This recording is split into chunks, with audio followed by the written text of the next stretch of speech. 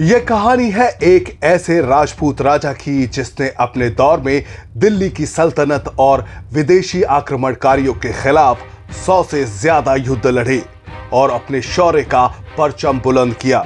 उन्होंने ये सिद्ध कर दिया कि भारत की रक्षा के लिए एक सच्चा योद्धा अपना सब कुछ कुर्बान कर देता है।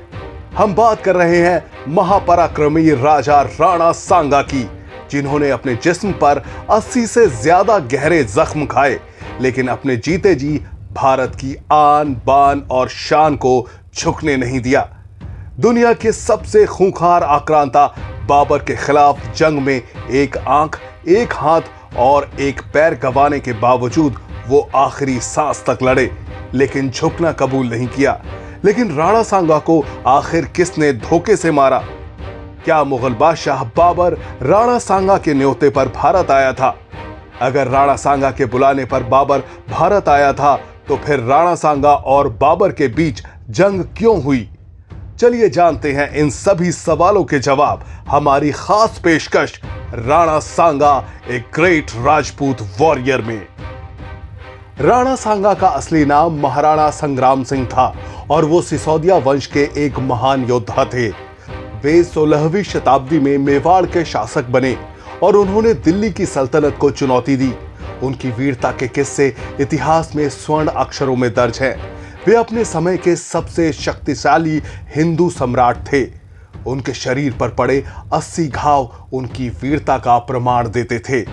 राणा सांगा ने मालवा के सुल्तान महमूद खिलजी द्वितीय को हराया और उसे बंदी बनाया। उन्होंने गुजरात के सुल्तान मुजफ्फर शाह द्वितीय को धूल चटाकर मेवाड़ की सीमा का विस्तार किया। इस विजय के बाद मेवाड़ पूरे उत्तर पश्चिम भारत में सबसे मजबूत राज्य बन गया। इसी दौर में एक और शक्तिशाली बादशाह ने हिंदुस्तान में दस्तक दी, जिसका नाम था जहीरुद्दीन मोहम्मद बाबर। बाबर को दिल्ली पर आक्रमण करने के लिए साल 1523 में कई निमंत्रण मिले। बाबरनामे के मुताबिक सिकंदर लोधी के भाई आलम खान लोधी, पंजाब के गवर्नर दौलत खान लोधी और इब्राहिम लोधी के चाचा अलाउद्दीन ने बाबर को भारत बुलाया।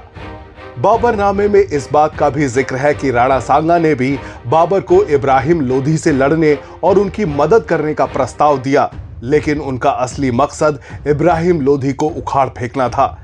लेकिन जब साल 1526 में बाबर ने पानीपत की लड़ाई में इब्राहिम लोधी को हराकर दिल्ली और आगरा पर कब्जा किया, तो राणा सांगा उनके विरोधी बन गए।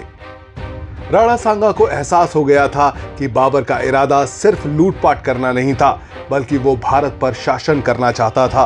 उन्होंने तय किया कि वो मेवाड़ की रक्षा के लिए आखिरी सांस तक लड़ेंगे। राणा सांगा ने बाबर को भारत से बाहर निकालने के लिए एक मजबूत गोलबंदी की। उन्होंने राजपूतों, अफगानों और लोधी वंश के लड़ाकों को साथ में लाया।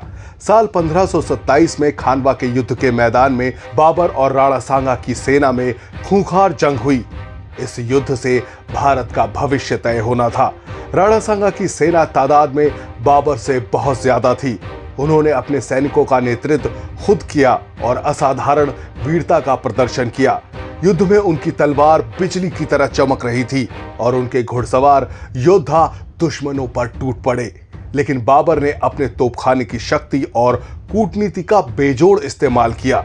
बाबर की छोटी सी सेना कमजोर पड़ी तो बाबर ने अपने सैनिकों में जोश भरने के लिए शराब छोड़ने और जिहाद का नारा बुलंद किया। उसने तुलगमा युद्ध नीति इस्तेमाल कर तबाही मचा दी। खानवा के युद्ध में हार के बावजूद राणा सांगा ने आखिरी दम तक संघर्ष जारी रखने का संकल्प लिया। वो एक और युद्ध की तैयारी करने लगे। हालांकि उनके सरदार ये नहीं चाहते थे। उनके सरदारों ने राणा सांगा को धोखे से जहर दे दिया। जनवरी 1528 में कालपी में राणा सांगा ने आखिरी सांस ली। राणा सांगा की कहानी केवल एक योद्धा की कहानी नहीं है, बल्कि स्वाभिमान, शौर्य और बलिदान की कहानी है। उन्होंने अपने प्राणों की आहुति देकर यह संदेश दिया कि कोई भी विदेशी आक्रमणकारी भारत की संस्कृति को नहीं मिटा सकता। उनकी वीरता आज भी हमें सिखाती है कि अपने गौरव और स्वतंत्रता की रक्षा के लिए हर चुनौती का सामना करना चाहिए।